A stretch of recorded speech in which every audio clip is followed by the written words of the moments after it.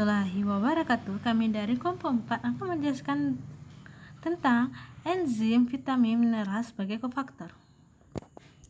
Enzim adalah biomolekul berupa protein yang berfungsi sebagai katalis atau senyawa yang mempercepat proses reaksi tanpa habis bereaksi.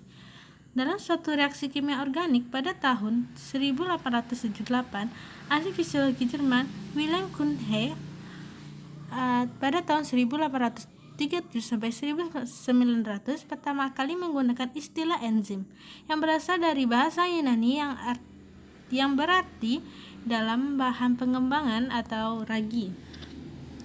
Untuk menjelaskan proses ini, kata enzim kemudian digunakan untuk merujuk pada zat mati seperti pepsin, dan kata fermen digunakan untuk merujuk pada aktivitas kimiawi yang dihasilkan oleh organisme hidup.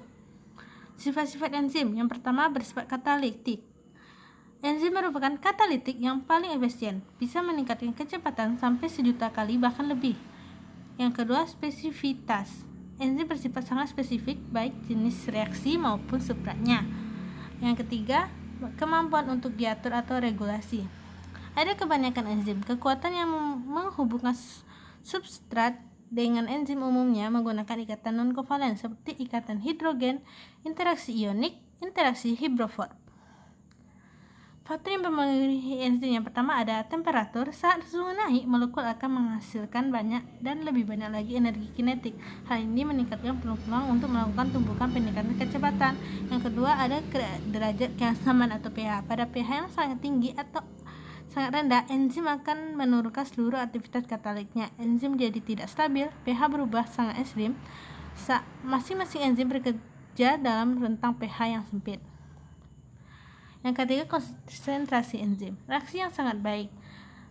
Ketika konsentrasi enzim dinaikkan, maka kecepatan reaksi akan semakin meningkat. Jika kadar enzim semakin rendah, kecepatan reaksi juga akan semakin melambat.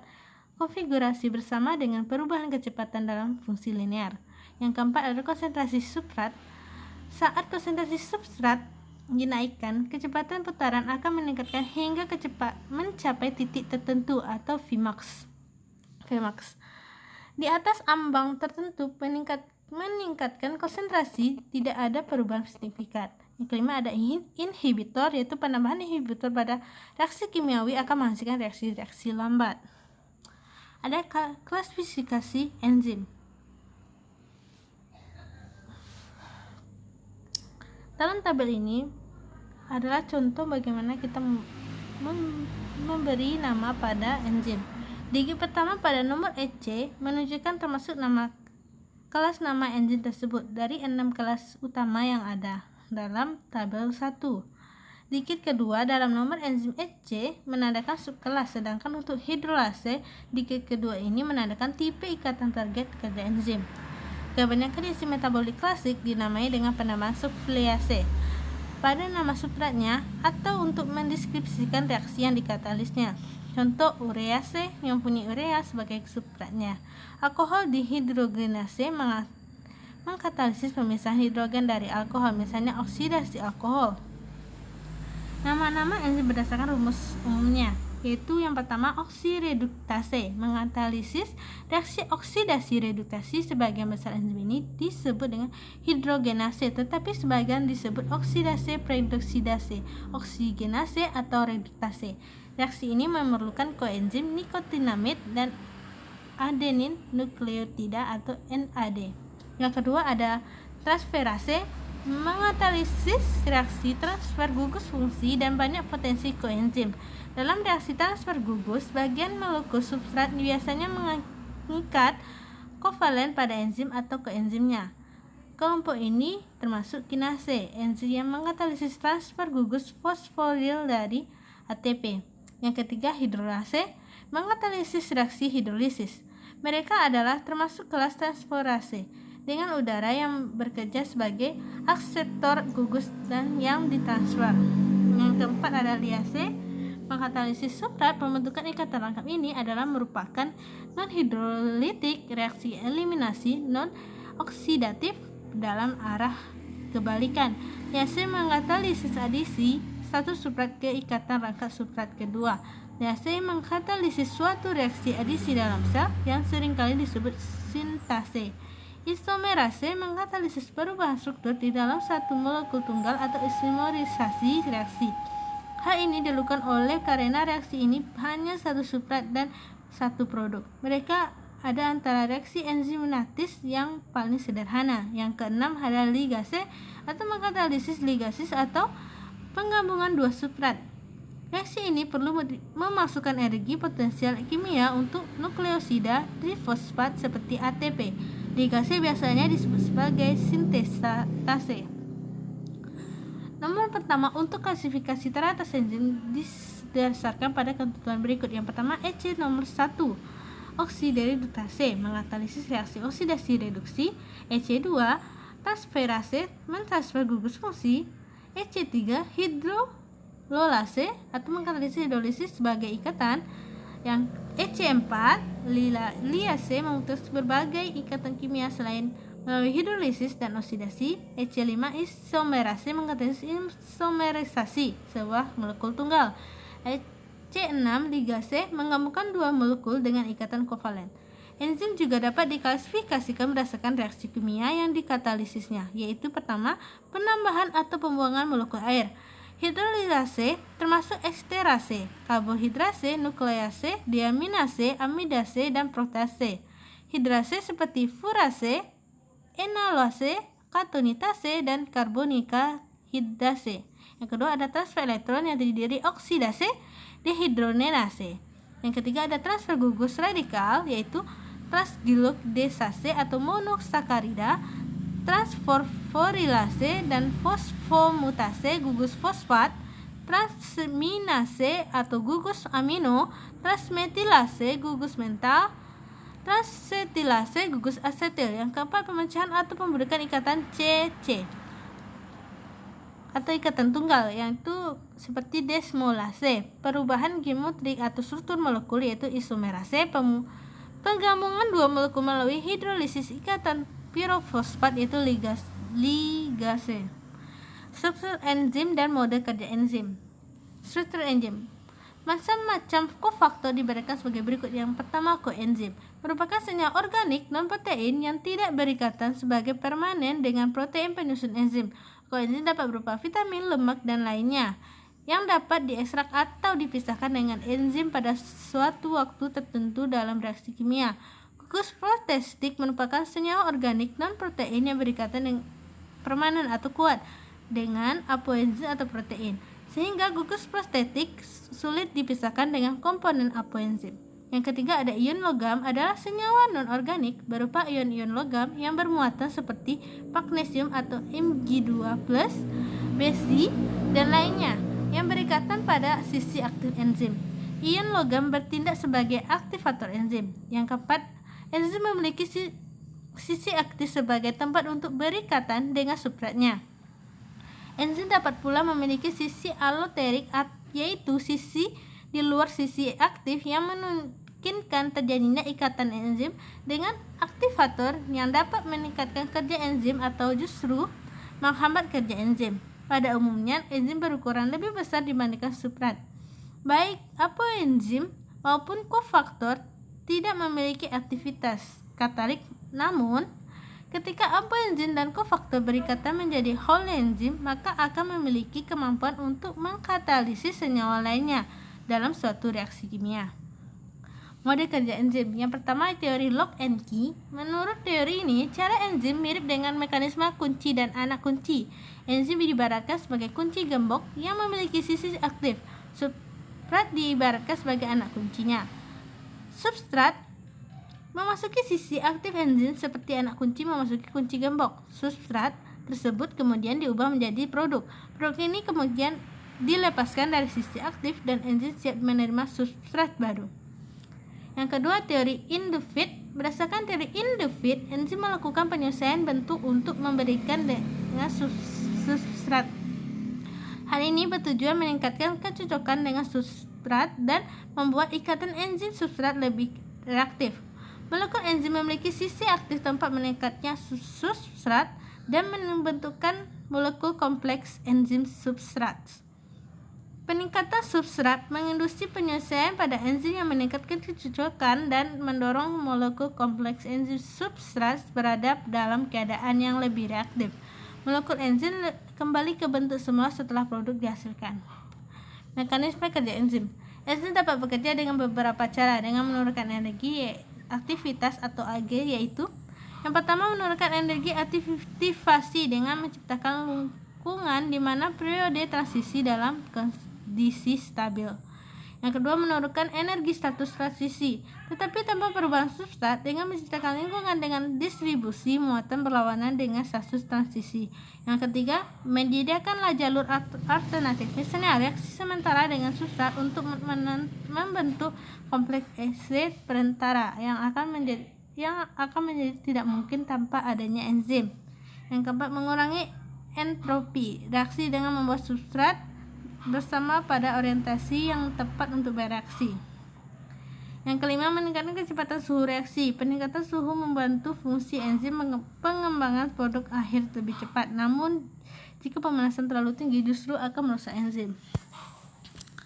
Kinetika enzim dan fisik enzim. Kinetika enzim berkaitan dengan pengukuran laju enzimatik serta dengan faktor-faktor yang mempengaruhi laju reaksi tersebut. Faktor-faktor penting yang mempengaruhi laju reaksi enzimatik adalah konsentrasi substrat dan enzim, pH, suhu, dan adanya kofaktor serta ion logam. Beberapa enzim membentuk ikatan kovalen yang menjadi perantara untuk membentuk kompleks dengan substrat, tetapi ada juga yang tidak. Ada prinsip kinetika enzim, yaitu prinsip Asi massa menyatakan bahwa untuk tahap reaksi kimia yang tunggal dan tidak dapat dibalik, laju reaksinya sebanding dengan konsentrasi reaktan yang terlibat dalam proses tersebut. Tetapan perbandingan tersebut yaitu dengan reaksi di bawah ini. Dengan ketetapan laju K1 dan ketetapan laju balik K-1 menghasilkan rumus untuk laju reaksi maju dan laju reaksi balik sebagai berikut. Kontrol aktivitas produksi enzim atau transkripsi dan translasi gen enzim dapat ditinggikan atau diturunkan bergantung pada responsnya terhadap perubahan lingkungan. Yang kedua ada enzim dapat dikompartemenkan dengan lintasan metabolisme yang berbeda-beda yang terjadi dalam kompartemen sel yang berbeda. Sebagai contoh asam lemak yang disintesis oleh sekelompok enzim. Yang ketiga ada enzim dapat diregulasi oleh inhibitor dan aktivator. Contohnya produk akhir lintasan metabolisme seringkali merupakan inhibitor enzim pertama yang terlibat dalam lintasan metabolisme, sehingga ia dapat diregulasi dalam jumlah produk akhir lintasan metabolisme tersebut. Yang keempat, enzim dapat diregulasi melalui modifikasi pasca translasional. Ia dapat meliputi fosforilasi, militilisasi, dan glikosilasi. Yang kelima, beberapa enzim dapat menjadi aktif ketika berada pada lingkungan yang berbeda. Contohnya, hemaglutinin pada virus influenza menjadi aktif dikarenakan kondisi asam lingkungan. Keterlibatan enzim dalam penyakit. Oleh karena kontrol aktivitas enzim yang ketat diperlukan untuk menjaga homeostatis, malafungsi atau mutasi kelebihan produksi, pengurangan produksi ataupun delesi enzim tunggal yang penting dapat menyebabkan penyakit genetik. Pentingnya enzim ditunjukkan oleh fakta bahwa penyakit-penyakit mematikan dapat disebabkan oleh hanya malafungsi satu enzim dari ribuan enzim yang ada pada dalam tubuh kita. Vitamin dan mineral sebagai kofaktor. Vitamin dan mineral mempunyai fungsi utama yang sangat penting dalam reaksi metabolisme, yaitu sebagai kofaktor. Kofaktor adalah substansi non-protein yang berpesan dalam reaksi enzimasi metal, yaitu ion-ion metal atau mineral, koenzim sebagai senyawa organik, yaitu vitamin. Molekul organik yang dalam tubuh mempunyai fungsi sangat bervariasi. Fungsi dalam metabolisme yang paling utama adalah sebagai kofaktor. Di dalam tubuh diperlukan dalam jumlah sedikit atau mikronutrien. Banyaknya tidak disintesis di dalam tubuh. Jika dapat disintesis, jumlah tidak mencukupi kebutuhan tubuh sehingga diperoleh dari makanan atau diet. Beberapa vitamin berfungsi langsung dalam metabolisme penghasil energi. Jalur metabolisme yang menghasilkan energi untuk mendukung kerja sel yaitu glikolisis, cis Krebs, transport elektron, dan beta oksidasi. Berdasarkan hidrofisitasnya, vitamin dibagi menjadi dua, yaitu vitamin larut dalam lemak A, D, E, K, vitamin yang larut dalam air B kompleks, dan C.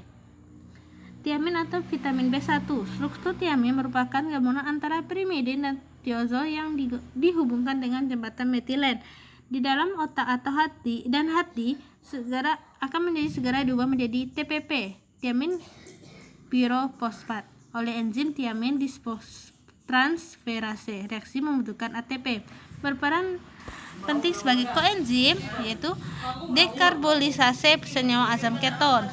Beberapa enzim yang meragukan TPP sebagai koenzim: piruvate karboxilase, piruvate dehidrogenase, transketolase. Penting sebagai koenzim piruvate dan alfa ketolurate dehidrogenase, sehingga jika defisiensi kapasitas sel dalam menghasilkan energi menjadi sangat berkurang. Juga diperlukan untuk reaksi fermentasi glukosa menjadi metiol di dalam yeast. Piruvate yaitu asetil-CoA ditambah menjadi asetil-CoA ditambah dengan karbon dioksida. Ini meningkatkan sirkulasi dan pembentukan darah, memelihara sistem saraf, berperan dalam biosintesis, neurotransmitter, berperan dalam produksi HCl dalam perut, penting untuk pencernaan. Sumber pada biji-bijian beras yaitu sedikit mengandung tiamin. Norma asupan 1,0 sampai 1,5 mg per hari. Itu untuk orang dewasa. Jika makanan tidak banyak mengandung karbohidrat, dibutuhkan lebih banyak tiamin. Tanda-tanda defisiensi: menurunnya nafsu makan atau defisiensi mental, depriveriopati, lemah. Defisiensi kronis itu gejala kelainan neurologis seperti kebingungan atau mental, kehilangan koordinasi mata. Penyakit karena defisiensi tiamin beri-beri akibat makanan kaya akan karbohidrat tetapi rendah tiamin. Riboflamin atau vitamin B2. Komponen dari koenflamin atau VMN dan VAD. Enzim yang bekerja pada reaksi reduksi oksidasi atau redoks. Memiliki fungsi sentral dalam memproduksi energi dan pernafasan seluruh. Merupakan prekursor faktor atau flamin monokleotida atau VMN. Flamin adenin nukleotida VAD. Enzim yang memerlukan kofaktor tersebut yaitu flavoprotein. Riboflamin ditambah APT menjadi VMN, VNN ditambah ATP menjadi VAD. VAD dan VMN berfungsi sebagai akseptor elektron. Penambahan 2 elektron pada VAD menjadi VASH2 dan penambahan 2 elektron pada VMN menjadi FMNH2. Perubahan riboflamin ke FN menjadi dihambat oleh hipotiroid. Elektron yang diterima langsung disumbangkan sehingga kembali kepada bentuk yang teroksidasi penuh. Riboflamin terdapat di berbagai sumber makanan yaitu susu, keju, daging, telur, dan sereal. Niacin atau vitamin B3. Niacin dapat merupakan nikotinamid atau asam nikotinat. Nikotinamid dan asam nikotinat sebagai sumber vitamin B3. Niacin dibutuhkan untuk sintesis vitamin B3. NAD nikotimida andemin nukleotida dan NADP plus nikotidamida adenin nukleotida fosfat. NAD dan NADP adalah kofaktor pada enzim dehidrogenase yang berfungsi dalam reaksi redoks dodondeoxyribonucleic. NAD banyak digunakan pada glikolisis, oksidasi asam lemak, metabolisme bahan keton. Cenderung berperan sebagai aseptor elektron pada reaksi katabolisme. NADP sintesa asam lemak dan PPP.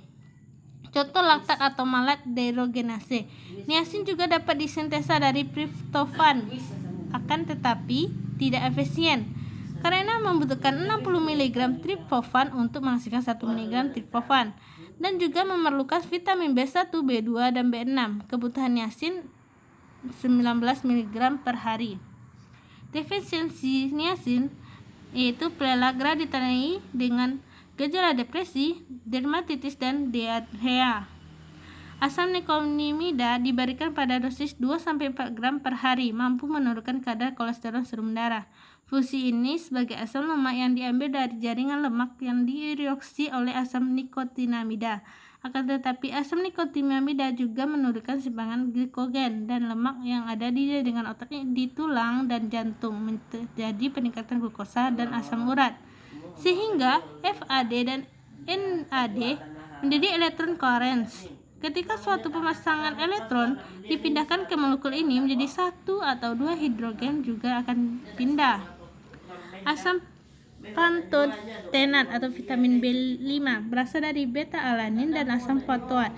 Diperlukan untuk sintesis koenzim A, komponen ase karier protein atau ACP, pada sintesis asam lemak, sintesis kofaktor enzim fatty acid synthase. Sekitar 70 enzim membutuhkan CoA atau derivat ACP untuk melakukan fungsinya.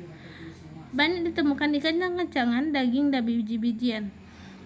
CoA diperlukan dalam siklus Reed, sintesis dan oksidasi asam lemak, metabolisme asam amino, sintesis dan oksidasi asam lemak, metabolisme asam amino, sintesis dan kolesterol. Vitamin B6 di dalam tubuh diubah menjadi bentuk aktif vitamin B6, yaitu PLP sama dengan pyridoxal fosfat. Perubahan dari vitamin B6 menjadi pyridoxal fosfat ini membutuhkan ATP dengan enzim pyridosase konase. PLP yaitu koenzim pada reaksi transminasi, sintesis dan katabolisme asam amino, glikogenolisis, glikogen fosforilase. Biotin, kofaktor yang dibutuhkan dalam reaksi karbolisasi, contohnya pirufat karbolilase yaitu karbon CO2, asetil-CoA ditambah CO2 menjadi malonyl CO2 menjadi fatty acid, yaitu enzim yang mengandung biotil AL, asetil-CoA, karbolilase, pirufat karbolilase dan karbofosfat sintesis 2. Asetil-CoA karbolilase enzim granulator utama pada biosintesis asam lemak. Pirofat ditambah dengan HCO3 ditambah dengan ATP akan menghasilkan oksalate ditambah ADP ditambah PI dan H+. Pirufat karbolilase adalah enzim pada reaksi gluconeogenesis. Enzim yang mengkatalisis pembentukan gugus karboksil pada pirufat menggunakan CO2 menjadi OAA. Terdapat di berbagai makna dan sintesis oleh bakteri usus halus kita. Defisiensi jarang terjadi. Defisiensi ditemukan pada treatment antibiotik dalam waktu yang lama karena mengurangi bakteri usus halus. Karena konsumsi telur mentah dan jumlah banyak dalam cuci telur yaitu avidin. Protein putih telur mencegah absorpsi biotin oleh usus halus. Kobalamin itu lebih sering dikenal dengan vitamin B12. Susu dari cincin tetrapirol membentuk kompleks dan di tengahnya terdapat kobalt. Disintesis secara eksklusif oleh mikroorganisme dan ditemukan dalam hati hewan dalam bentuk terikat protein metikolamin 5 dextrodenokobalamin. Untuk menjadi aktif harus dihidrolisis terlebih dahulu di dalam perut oleh asam lambung atau oleh tripsin. Setelah konsumsi daging hewan akan diikat oleh intrinsipator dibawa ke usus halus lalu diserap. Setelah diserap dibawa ke hati transfobilamin 2. Terdapat pada daging, susu dan ikan. Tidak terdapat produk tumbuhan atau yeast. Vitamin dengan struktur paling besar dan paling kompleks mengandung ion metal yaitu CO. Bentuk kofaktor metilkobalamin tidak mempunyai fungsi vital dalam metabolisme. Berperan dalam metabolisme leusin, liver mampu menyimpan vitamin B12 selama 6 tahun. Pernikiosis anemia itu karena kekurangan vitamin B12. Intrinsic faktor yaitu penyerapan vitamin terganggu, penyebabkan kelainan DNA sintesis, penghambatan pada sintesis purin dan pirimidin. Asam folat, molekul gabungan dalam struktur cincin pirimidin dihubungkan dengan PABA atau para aminobenzoic acid asam menjadi asam piritorat. Asam piritorat berkonjuksi dengan glutamat menjadi asam folat. Dalam beberapa dikamir, daun sayur-sayuran dan hati hewan, kuning telur dan jus jeruk Hewan tidak dapat mensintesis baba dalam gulumat, harus diperoleh dari makanan. Asam folat menjadi kofaktor THF tetrahidrolate. THF penting dalam reaksi transfer membawa satu atom C baik dalam bentuk metil, metilen, formimino, formil, metilil.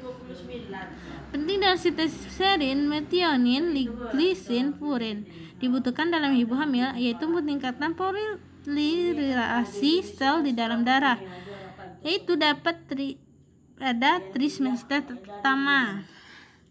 Asam ascorbat yaitu vitamin C. Glukosa menjadi asam ascorbat dikatalisis oleh enzim L-glutathione oksidase.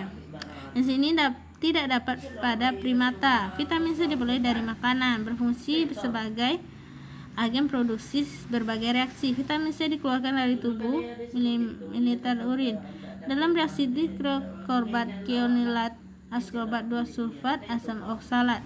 Reaksi utama yang sangat membutuhkan vitamin C yaitu hidrolisasi prolen dalam kolagen sebagai kofaktor reaksi katabolisme, tirosin dan sintesis epinefrin dari tirosin, sintesis asam empedu, defisiensi yaitu kurfai. Vitamin A terdiri dari 3 biomolekul aktif yaitu retinol, retinal, dan retinoid acid. Ketiga biomolekul tersebut berasal dari beta karotin menjadi provitamin A.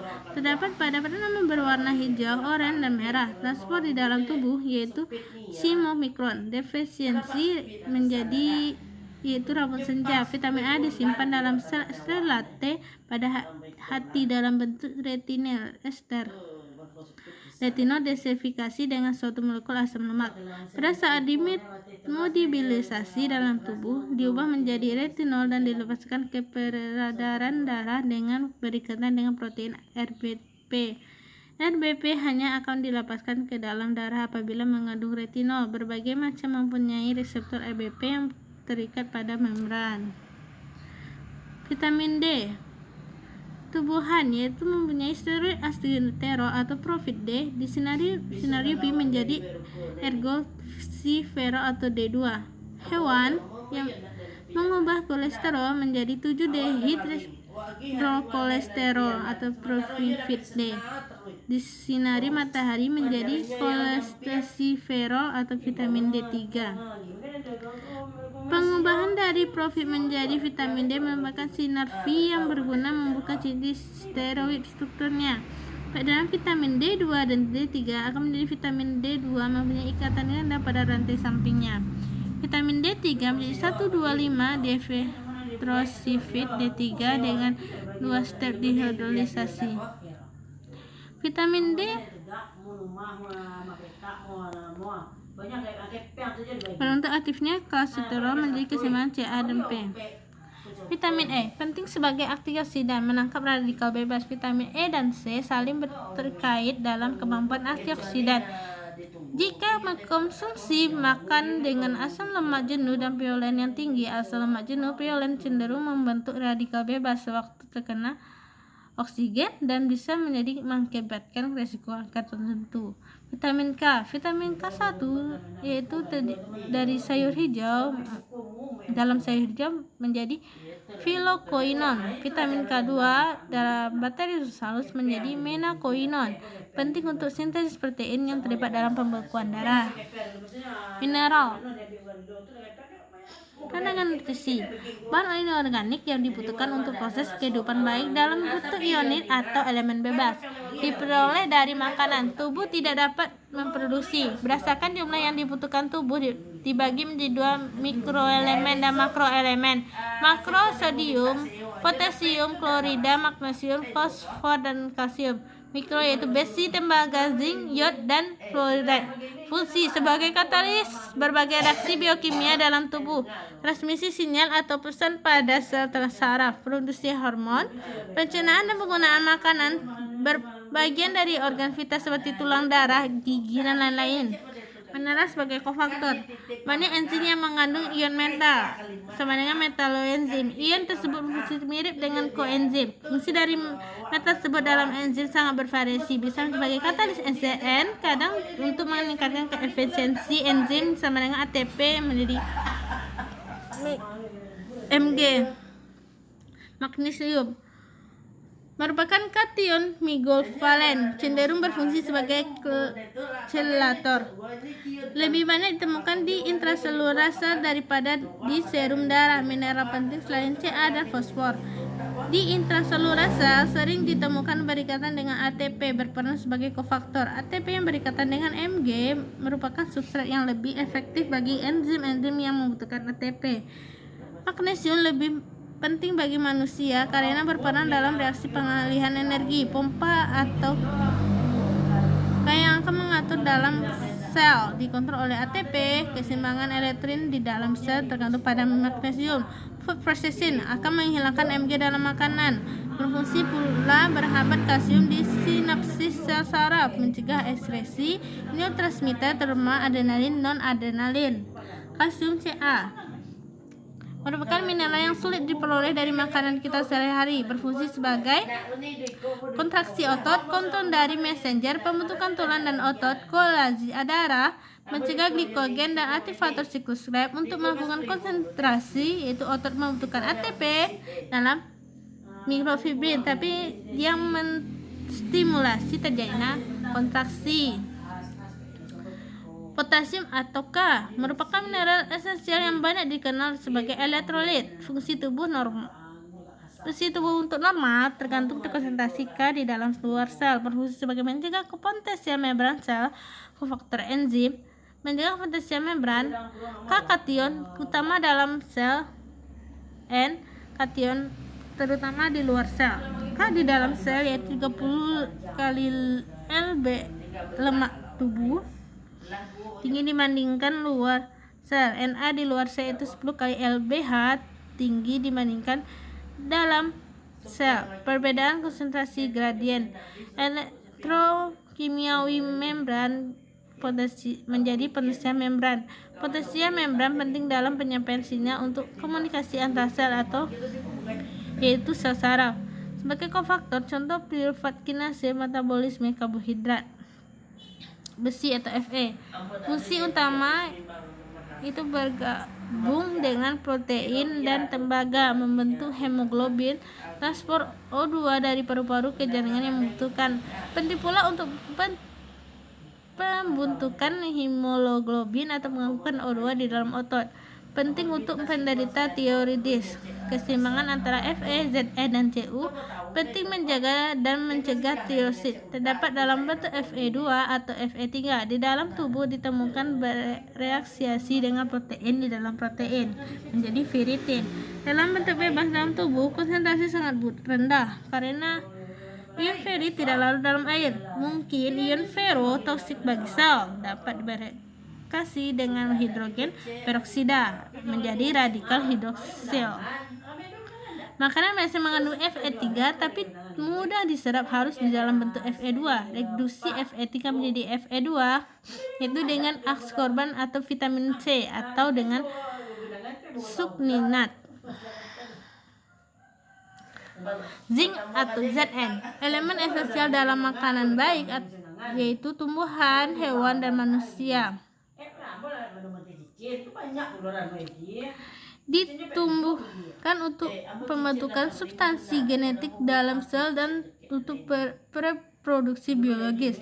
Diperlukan dalam sintesis DNA dan RNA. Merupakan bagian dari lebih dari 200 metabolisme. Kekurangan Zn yaitu tidak spesifik karena banyak enzim yang membutuhkan Zn. Defisiensi Zn yaitu serius untuk imunodeficiency, decreased number of infection, tuned ground, delayed sexual maturation, dan lain-lain. Itulah presentasi dari kelompok kami. Kalau ada pertanyaan, saya buka untuk bagian bertanya. Terima kasih. Wassalamualaikum warahmatullahi wabarakatuh.